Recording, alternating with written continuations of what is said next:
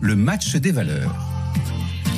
On aurait pu parler de Novo Nordisk dans ce match, mais ce matin, on choisit de parler de Capgemini et de Publicis. On démarre avec Capgemini et Mathieu Serron. Bonjour Mathieu.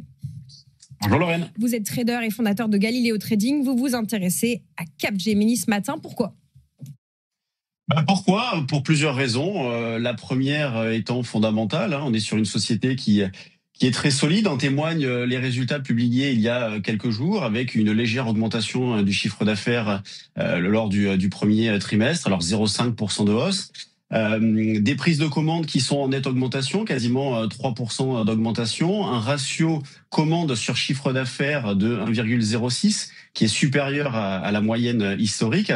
Donc la société, ce qui signifie que la société a pris plus de commandes qu'elle n'a facturé, ce qui est un soutien en ce qui concerne les prochains trimestres, en guise de perspective.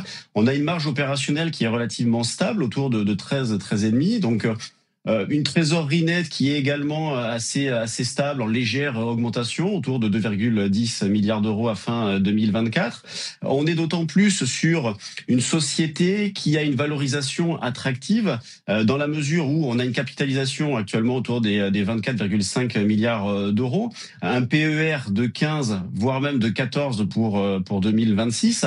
Et quand on compare à ses concurrents, Accenture et IBM notamment, on est sur des PER respectivement de 24 et 27. Donc vous voyez, autour de 15 pour Capgemini, 24 et 27 pour Accenture et IBM. Et on a en plus une situation graphique qui est assez intéressante dans la mesure où justement lors de la publication des chiffres, la valeur a assez nettement rebondi. Et d'ailleurs, elle a largement rebondi ces dernières semaines puisqu'on est sur une hausse de 30% depuis le point bas. Mais on est toujours depuis le début de l'année sur un repli autour de 10%.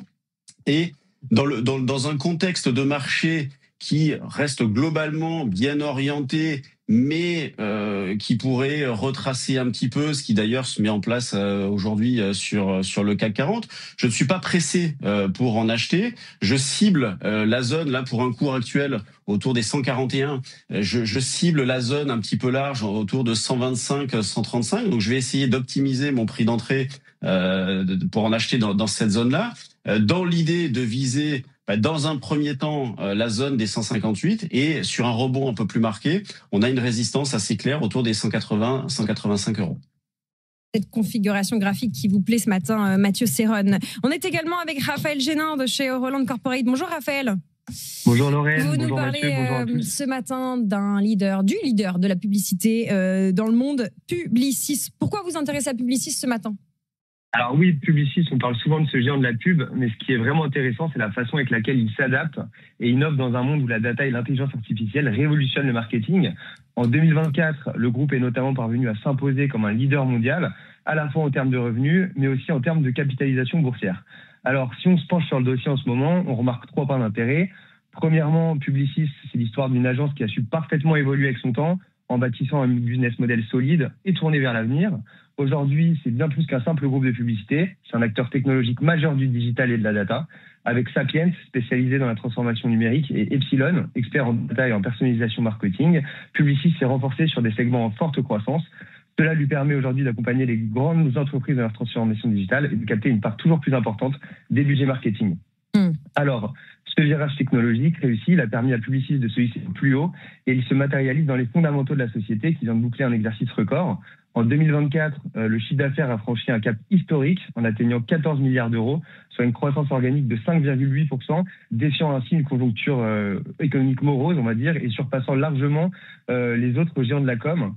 Côté rentabilité, la marge opérationnelle de Publicis, qui est la meilleure de son industrie, s'est maintenue à un niveau solide de 18% et le bénéfice net a progressé de plus de 25% à 1,7 milliard d'euros.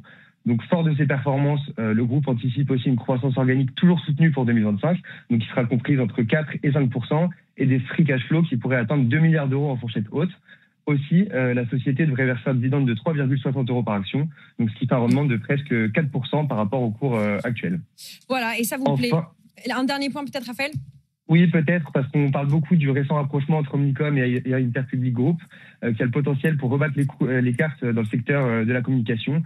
Je voulais seulement dire que moi, j'y vois surtout une opportunité pour Publicis, c'est-à-dire un marché plus concentré, moins de concurrents, et donc plus de chances de gagner des clients et d'attirer des talents. Voilà, donc à la valorisation actuelle, c'est-à-dire un peu plus de 11 fois le PER, moi, j'y vois une très bonne opportunité d'investissement pour son portefeuille. Intéressant. Merci beaucoup, Raphaël Génin de l'équipe Euroland Corporate sur Publicis. Et juste avant vous, Mathieu Serron qui nous parlait de Capgemini. Le match des valeurs, c'est tous les jours dans Tout pour investir. Et c'est quand vous le souhaitez en podcast et en replay.